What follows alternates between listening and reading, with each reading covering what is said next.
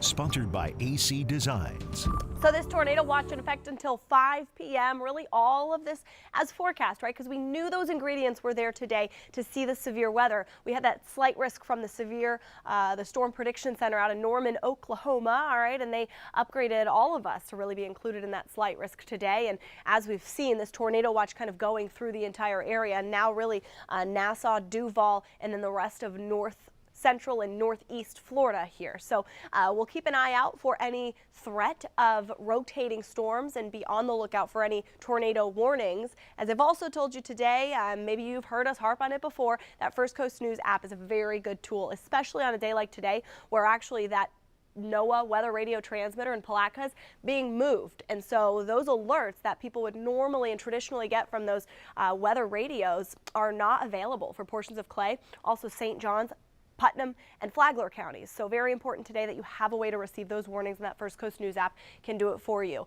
We're seeing that weather taper off in southeast Georgia. The intensity of the rain has really quieted down, but I don't want folks to let their guard down. We do have this batch of showers and thunderstorms still across the Gulf of Mexico that's going to continue to blow in toward the northeast. All of this is really continuing to blow toward the southeast as that front shifts south throughout the day, but we're still going to have one final round on the backside of this main line here, and we're already seeing it really with that light to moderate rainfall, but the heaviest line right now focused in the yellow here where we have that tornado watch. So I'll get rid of that so we can see the lightning. There's a lot of it popping up right here just south of Ponte Vedra, north of St. Augustine. Okay, so we're talking more just north of the Volano Beach area, and I would say this probably is the strongest part of this line right here. A little bit of an increase in those winds, and they could be severe at times. There's that severe thunderstorm warning actually in place for this area for this specific reason. A little bit of a notch in this system, but again, even if it is rotating, it's pulling off the coast very quickly toward the east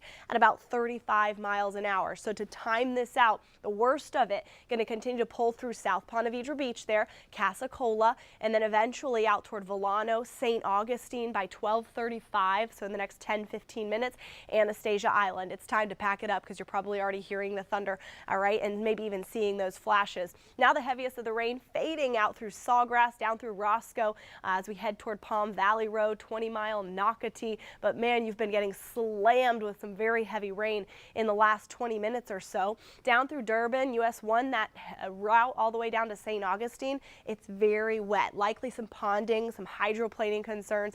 This area that's pretty busy here off 95 International Golf Parkway, World Golf Village. You're getting some of the heaviest rain right now, also falling down heavy through Piccolata and then also across the river as we head out toward Highway 301, Stark, Keystone, Lottie, down through the swamp, all right, and good old Gainesville. Look at this time lapse in downtown Jacksonville. I mean, you can just see the wall of water continuing to blow on through from time to time. So, yep, just a day where we got to kind of keep it indoors for that lunch break today. Hopefully you packed the lunch early this morning because you've been watching us all week. That sunshine returns tomorrow. Hallelujah.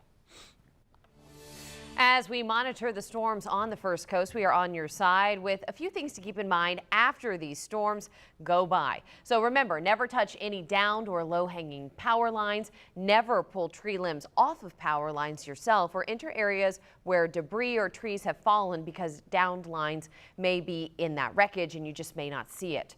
Now, if you're planning to travel during the